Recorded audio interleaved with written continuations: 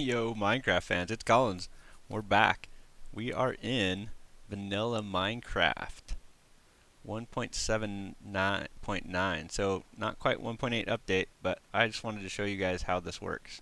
So I had done a tutorial before on smooth stone, on stone generator, and it was kind of lengthy and kind of is one of the first videos I did, so I wanted to redo it. So let's go and make a simple stone generator, and I'll show you how easy it is. So the first thing I did is I mapped out the directions. If we look at F3, these are the coordinates. That's west, that's north, south, east. You get it. Many redstone inventions in Minecraft follow something that everybody calls the north-south rule, which means if you face redstone in certain direction, things work. If you face it in another direction, they don't. And the stone generator that we're going to build does the same thing. It follows the north-south rule. So basically when you build your stone generator, it either needs to point east or west. So in this case we're going to head out west. And I started building this out, so I just want to show you what we got here. So we have an improved design over the original. What we're going to do is we're going to put lava here and water there, and then we're going to put something in between here like this. And that way the lava and the water will never cancel each other out, because lava and water makes stone, but if you do it wrong, water turns lava into obsidian. So if you're just building a stone generator just out of nothing, you have to basically make your water flow somewhere else. So if I dig down like this, the water will always flow down, and that's always going to make stone.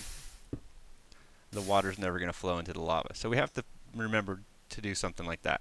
So we're going to set this up, and what we need is we need a sticky piston which faces up next to where our lava is going to be, and then a regular piston, not sticky, facing right here, if I can place you right. Okay, perfect. And then on the sticky piston, we have to put a block that doesn't conduct redstone. So glass and glowstone are your best options. And then above that, we've placed a block that gets affected by gravity, so either gravel or sand. And that's the start of our setup. And then we need some blocks out this way, and one block over here, and this takes almost no resources. In fact, this version that I'm going to build takes even less resources than the last one I did. So you need one redstone repeater pointed into this, and you can just leave it at the default that it's at. And then what I'm going to do is actually put a block right next to this, and you can shift click on the repeater with a block and it'll place it right there, and then you just put a switch on there. And look, I didn't even use a piece of redstone to power it up, so just a stick and some cobblestone, and you're done. And then one more piece of redstone right there.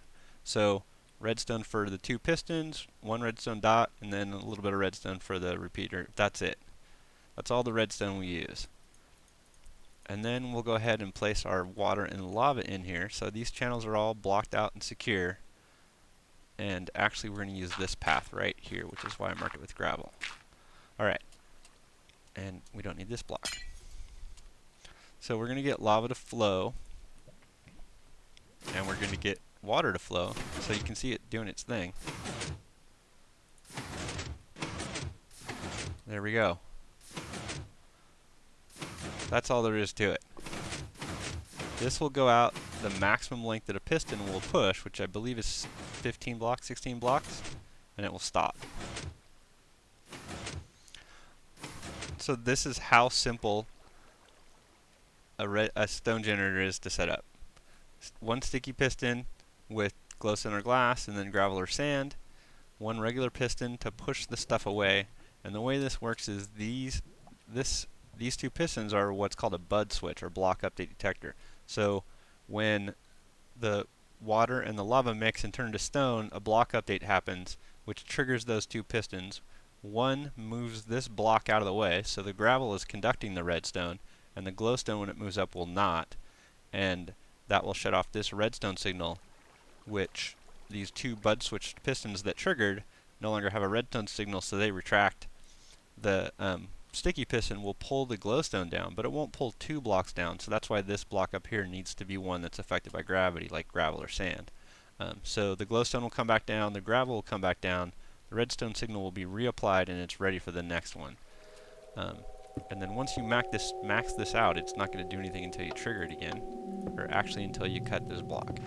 So as soon as I do that, block update, block update, block update. And the reason why we set this up this way is a couple reasons. So we have lava and water up above. That way they're never going to cancel each other out. I'm never going to get one of these obsidian blocks. We have a channel down here because if something goes wrong, I am not going to have lava flowing everywhere. And then this is just regular smooth stone. So if the lava is on top and the water hits it from the side, it will create smooth stone. And the reason why I do this with smooth stone is if you are in survival and use a pickaxe, the pickaxe will mine smooth stone faster than cobblestone. So we can make cobblestone by doing something like this, but that's going to take longer to cut it down with your pickaxe. So if you need some cobblestone and you don't have a way to get it in your world, you build this stone generator and you've got this smooth stone, which is easier to mine, and you can just do it all day. And then we can shut it off with the lever whenever we want. We can leave it running and it'll go the whole 15 blocks. And there's no timer circuit involved. Look how simple that circuit is. We don't have to worry about this. We can leave it on and it's not going to affect our world. There's no clocks running, there's no complex redstone. It's very simple to make. This is how easy it is to make a stone generator. So I want to show you guys how this works. This is an easy way to set it up. Hopefully this is a better video version than my original. And we got a stone generator. That's how easy it is to do. No Rube Goldberg, nothing. So that's my new tutorial for the stone generator. Hope you guys like it. Thanks everybody for watching, and thanks everybody who likes and subscribes.